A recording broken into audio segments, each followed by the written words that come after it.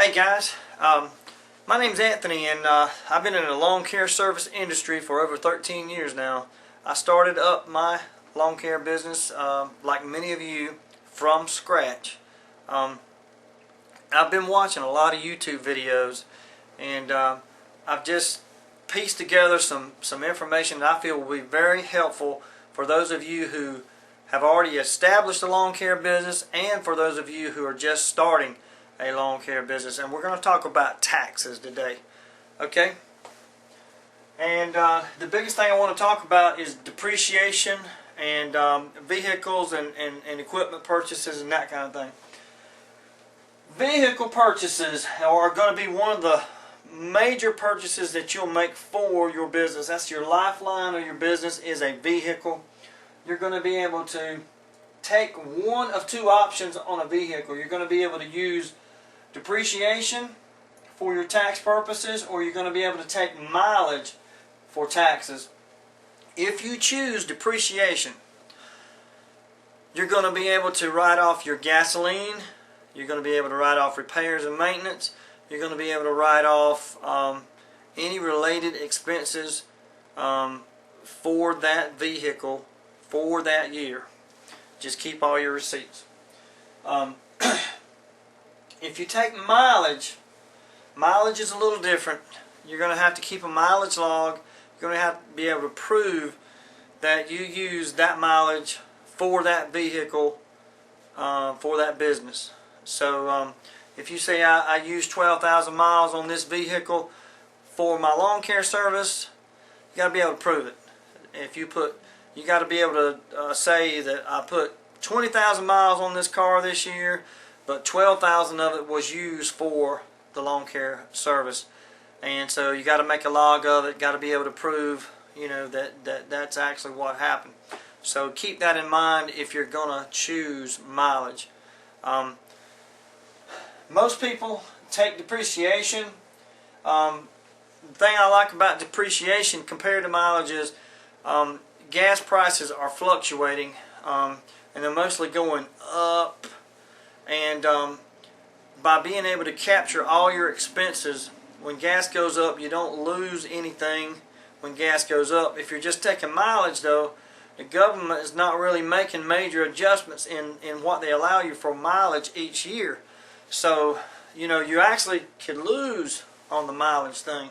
So keep that in mind when you're setting up a vehicle for taxes. And remember, you cannot choose mileage and depreciation. You only can choose one. So choose wisely. Be informed. Talk to your tax preparer. Talk to your accountant, and make an informed decision when you set that vehicle up for your lawn service. Okay. Number two, equipment. You've got one option for equipment, and that's depreciation. Set up your equipment on a depreciation schedule if you can. If it's a large purchase, let's say it's $10,000 or more. Say you bought a new zero-turn mower or something. Okay, if it's a $10,000 purchase or more, I'd spread it out for 2 or 3 years. Don't take the entire $10,000 and write it off this year. You can do that. It's not illegal or anything. You can tell your tax preparer, your accountant, I want to write it all off this year. And that will help you, but it'll only help you this year. So keep that in mind.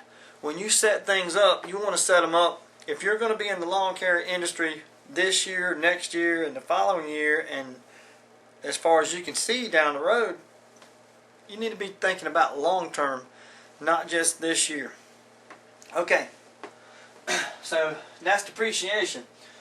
Let's talk about a schedule, depreciation schedule. Let's say if we purchase a truck for $20,000, we can set that truck up on a 5-year depreciation schedule for $4,000 a year for 5 years, and we're going to have a $4,000 write-off all the way till 2015. Same thing with that mower. We can write that $10,000 mower off. Let's say we set it up for 3 years. That'll give us a $3,333 write-off for 3 years. if we add them two together, we got a $7,333 write-off for 3 years, and then $4,000 for the last two. So it helps you tremendously to set up your business in a tax-friendly manner. Because the way I see some of the guys doing is they'll set up a piece of equipment and they'll write it all off, and they'll get a tremendous tax value, tax gain, tax help this year, but next year they have nothing because, well, they bought that new mower and they don't really need to buy another new one the following season, or they'll buy 2 new ones and write both of them off. I've seen that happen. And not really thinking about short term. So think about it when it comes to long term.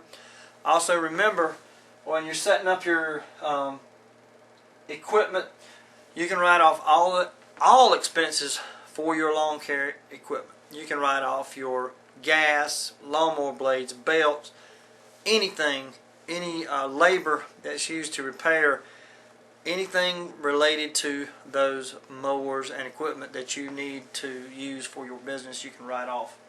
So be very diligent and keep up with all your receipts. You know, don't leave them in your pants so they can get washed and things like that. You know, and that's not good. So keep that in mind. Be smart when it comes to keeping your receipts and all that, because it's only going to help you in the long run. All those little bitty things add up. All that little $5 worth of gas here and $20 worth of something here, it all adds up. And when you get to the end of the year and you add it all up, you're going to be surprised at some of you who are just starting out that you purchased, you know, $3,000 worth of gas or $5,000 worth of gas or whatever it is, just for trucks or just for lawnmowers or just for this or just for that. And it's probably going to be more than that, but that's just for an example.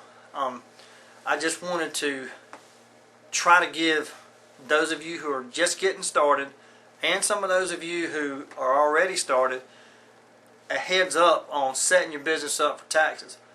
One of the best things you can possibly do for yourself is get a very good accountant.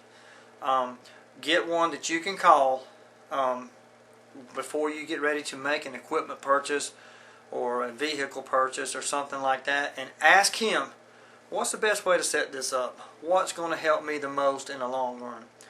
And he'll give you every scenario that he possibly can. If he's a really good accountant, he's going to tell you, well, if you set it up like this, it's going to do this for you. If you set it up this way, it's going to do this for you. And he's going to give you, you know, the best option. And then you can choose. You can say, well, I'd rather do this. And so keep that in mind when you're getting ready to make a purchase, because it's only going to help you in the long run. Thank you.